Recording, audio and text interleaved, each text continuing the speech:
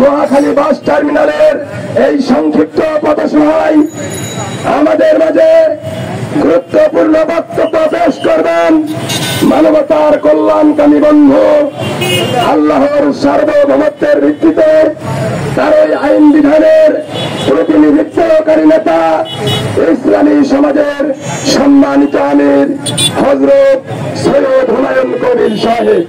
মুহতারাম আমির সাহেবকে তার জ্ঞানগর্ভ আলোচনা পেশ করার জন্য বিশেষভাবে অনুরোধ করছি। আসসালামু আলাইকুম ওয়া রাহমাতুল্লাহি ওয়া বারাকাতুহু। আমরা মহান রব সার্বভৌম ক্ষমতার একমাত্র মালিক সৃষ্টিকর্তা আল্লাহ তাআলার শুকরিয়া আদায় করি, সকলে বলি আলহামদুলিল্লাহ। রাসূল কারীমের উপর দুরূদ পাঠ করি সাল্লাল্লাহু আলাইহি ওয়াসাল্লাম। সম্মানিত রাজধানী ঢাকার সচেতন ভাই বন্ধুরা, মহাখালী বাস স্ট্যান্ড এলাকার সচেতন বন্ধুরা, অবস্থিত অনুপস্থিত দেশবাসী বিশ্ববাসী ভাই বোনেরা, আল্লাহ রাব্বুল আলামিন মানুষের দুনিয়ায় কল্যাণ শান্তির জন্য, আখিরাতে জাহান্নাম থেকে রক্ষা পেয়ে জান্নাতে যাওয়ার জন্য কল্যাণকর ব্যবস্থা প্রদান করেছেন ইসলাম। বলুন আলহামদুলিল্লাহ।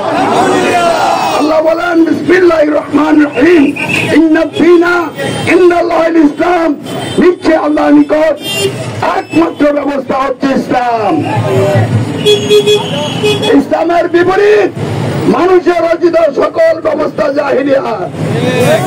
ইসলাম গ্রহণ করলে, ইসলামের বিধিবিধান মেনে চললে দুনিয়া মানুষের জীবনে সুশাসন, ন্যায় বিচার প্রতিষ্ঠা হবে। মানুষ তাদের ন্যায্য সকল অধিকার যথাযথভাবে লাভ করবে। সকল ধর্মের লোকেরা শান্তিপূর্ণভাবে যার যার ধর্ম পালন করতে পারবে। দুর্নীতি মুক্ত, বৈষম্য মুক্ত, কল্যাণকর সমাজ এবং রাষ্ট্র গঠিত হবে। ইসলামের বিপরীত মানুষের রচিত সকল ব্যবস্থা জাহান্নামের পথ। আল্লাহ পবিত্র কোরআনে বলেন, যারা ইসলাম ছাড়া অন্য কোন ব্যবস্থা তালাশ করবে তাদের নিকট থেকে সেই ব্যবস্থা কখনো গ্রহণ করা হবে না, আর তারা হবে আখিরাতের জীবনে ক্ষতিগ্রস্তদের অন্তর্ভুক্ত, জাহান্নামীদের দলভুক্ত। গণতন্ত্র, রাজতন্ত্র, সমাজতন্ত্র, সামরিকতন্ত্র ইত্যাদি মানুষের রচিত সকল ব্যবস্থা জাহিলিয়াত, জাহান্নামের পথ। বাংলাদেশের মানুষ এই 53 বছর পর্যন্ত সমাজ ও রাষ্ট্রকরণ পরিচালনায় গণতন্ত্র নামক মানব রচিত ব্যবস্থা মেনে চলছে। এই গণতন্ত্র বলছে জনগণ সকল ক্ষমতার উৎস। বলেন আলহামদুলিল্লাহ।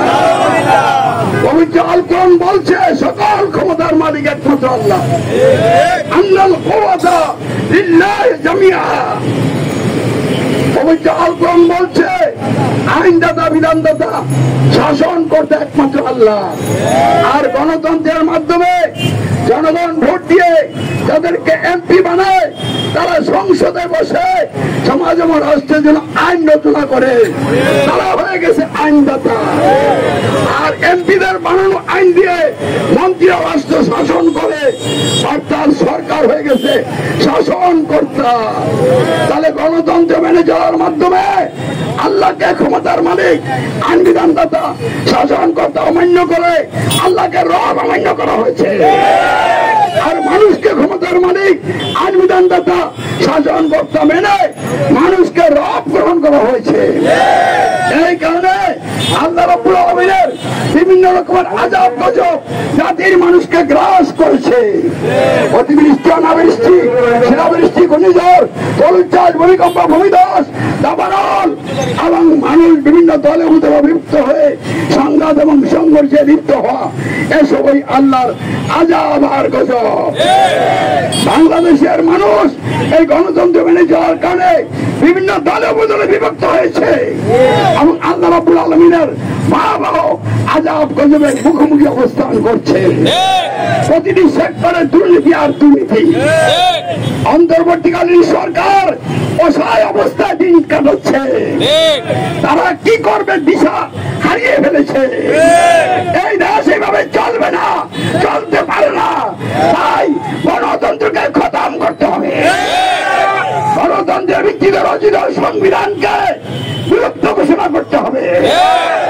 আল কোরআনের আইন বিধানের ভিত্তিতে নতুন করে সংবিধান রচনা করতে হবে। ওই সংবিধানের ভিত্তিতে অফিস চলবে, আদালত চলবে, সব কিছু চলবে। তাহলে এই মানুষের জীবনে কল্যাণ শান্তি হবে। সমাজ এবং রাষ্ট্র দুর্নীতিমুক্ত, বৈষম্য মুক্ত, কল্যাণকর সমাজ এবং রাষ্ট্রে পরিণত হবে। আমরা ইসলামী সমাজ সরকারের বিরুদ্ধে নয়, কোন ব্যক্তি বা দল বা গোষ্ঠীর বিরুদ্ধে নয়, গণতন্ত্রের বিরুদ্ধে রাজপথে নেমেছি।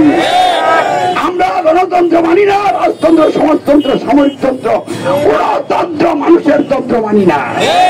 কারণ এইসব তন্ত্র জাহান্নামের গাড়ি, গণতন্ত্র জাহান্নামের পথ, গণতান্ত্রিক সরকার জাহান্নামের পথের ড্রাইভার। আর গণতন্ত্র যারা মেনে চলে তারা জাহান্নামের গাড়ির প্যাসেঞ্জার। আমরা গণতন্ত্র আমার জাহান্নামের গাড়িতে আর থাকবো না। এই জন্য আমরা ইসলামী সমাজ গণতন্ত্রের বিরুদ্ধে বিদ্রোহ করেছি, গণতান্ত্রিক সংবিধানের আনুগত্য স্বীকার করেছি। গণতান্ত্রিক সরকার সহ মানুষের যে আইনে যত সরকার আছে বিশ্বব্যাপী, এইসব সরকারের আমরা আনুগত্য স্বীকার করেছি। আমরা সার্বভৌমত্ব আইন বিধান নিরঙ্কুশ শাসন করতে একমাত্র আল্লাহর গ্রহণ করেছি। আমরা দাসত্বাঙ্গত ভাষা একমাত্র আল্লাহর গ্রহণ করেছি। আমরা শর্তির আনুগত্য আল্লাহ রাসূল হযরত মুহাম্মদের গ্রহণ করেছি।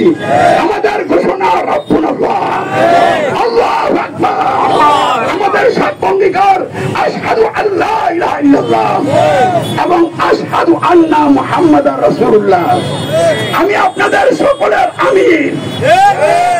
বাংলাদেশ সহ পৃথিবীর প্রত্যেকটা রাষ্ট্রে যারা রাষ্ট্র ক্ষমতা আছে তাদেরও আমি আমির। হিন্দু, বৌদ্ধ, খ্রিস্টান, মুসলিম, অমুসলিম সকলের আমি আমির। আমি আল্লাহর মনোনীত আমির। আমি আল্লাহর সার্বভৌমত্বের ভিত্তিতে তার আইন বিধানের প্রতিনিধিত্বকারী আমির। আমি বাংলাদেশ সহ সারা পৃথিবীর মধ্যে যত তন্ত্রমন্ত্র ব্যবস্থা আছে ওইগুলিকে মূলোৎপাটন করে ইসলাম প্রতিষ্ঠার জন্য শান্তিপূর্ণ ভাবে আন্দোলন এবং সংগ্রাম চালিয়ে যাচ্ছি। আন্দোলনের পথে গালি মারধর, জাল জুলুম যাই আসুক না কেন, গালি শুনবো, মার খাবো, জেলে যাবো, কারো প্রতি রাগ করবো না। সকলকে ক্ষমা করে দিয়ে আল্লাহর প্রতি ইমানের উপরে মজবুত হয়ে দৃঢ়তার সাথে ভরসা করে এগিয়ে চলবো, চলছি ইনশাআল্লাহ। বহুবার গ্রেফতার হয়েছি, আল্লাহর ইচ্ছায় গ্রেফতার হয়েছি, আবার আল্লাহর ইচ্ছা ছাড়া পেয়েছি। আমার বিশ্বাস আল্লাহর ইচ্ছা ছাড়া আমাকে কেউ গ্রেফতার করতে পারবে না। আমার বিশ্বাস আল্লাহ যদি আমাকে মুক্ত করতে চায় কেউ আটকে রাখতে পারবে না। আমি ইসলাম প্রতিষ্ঠার জন্য শান্তিপূর্ণ ভাবে এগিয়ে যাচ্ছি। এই শান্তিপূর্ণ কর্মসূচির অংশ হিসাবে আজকের এই শান্তিপূর্ণ গণজাগরণ যাত্রা, এই গণজাগরণ যাত্রা গণতন্ত্রের বিরুদ্ধে, দুর্নীতির বিরুদ্ধে, বৈষম্যের বিরুদ্ধে, সুশাসনের পক্ষে, মানুষের জীবনের কল্যাণ এবং শান্তি প্রতিষ্ঠার পক্ষে, ইসলাম প্রতিষ্ঠার লক্ষ্যে। তাই দল মত নির্বিশেষে সরকার, প্রশাসন, জনতা ইসলামী সমাজের সাথে গড়ে তোলেন একতা। এছাড়া বাঁচার কোন উপায় নাই। আমরা জানতে পেরেছি সমন্বয়ক বন্ধুরা আগামীকাল ঘোষণাপত্র দিবেন। আপনারা জনগণকে সার্বভৌমতার মালিক, আপনাদের ঘোষণাপত্রে থাকুক আমরা চাই না। আপনারা আপনাদের ঘোষণাপত্রের মধ্যে স্পষ্ট ঘোষণা করেন আল্লাহ সার্বভৌম ক্ষমতার একমাত্র মালিক। এই কথার ভিত্তিতে সরকার, প্রশাসন, ছাত্র বন্ধুরা, সাংবাদিক, প্রশাসন সকলকে ঐক্যবদ্ধ হয়ে কাঁধে কাঁধ মিলিয়ে কাজ করতে হবে। আল্লাহ রাব্বুল আলামিন উনি যদি আমাদেরকে রাষ্ট্রীয় ক্ষমতা দেন তাহলে আমরা সকলকে সাথে নিয়ে রাষ্ট্র পরিচালনা করবো, হিংসা বিদ্বেষ বন্ধ করবো ইনশাল্লাহ। বন্ধুরা আমার, গণতন্ত্রের জোট ভোট নির্বাচন দিয়ে ইসলাম কায়েম হবে না।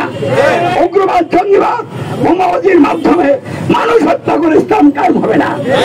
শান্তিপূর্ণ আন্দোলনের মাধ্যমে ইমান ইসলামের দাওয়াত দিয়ে জাহেলি সমাজ ভেঙে ইসলামী সমাজ গঠন আন্দোলন করতে হবে। এই আন্দোলনের জন্য ইমানের পরীক্ষা আসবে। সর্বোচ্চ পরীক্ষা হিসাবে বিশ্বের জাহেলরা যখন ইমানদারদেরকে নিশ্চিহ্ন করার সিদ্ধান্ত নেবে, তখন আমরা ইমানে দৃঢ় থাকলে আল্লাহ তাদেরকে হটিয়ে আমাদেরকে রাষ্ট্রীয় নেতৃত্বে বসাই দিবেন। আল্লাহ যেখানে ইসলাম কায়েম করতে চান, কেউ ঠেকিয়ে রাখতে পারবে না। এটাই হচ্ছে ইসলাম প্রতিষ্ঠানের মাত্র পথ। এই পথে এগিয়ে চলেন, বজ্রকণ্ঠে আওয়াজ তোলেন, রাস্তা কাঁপে।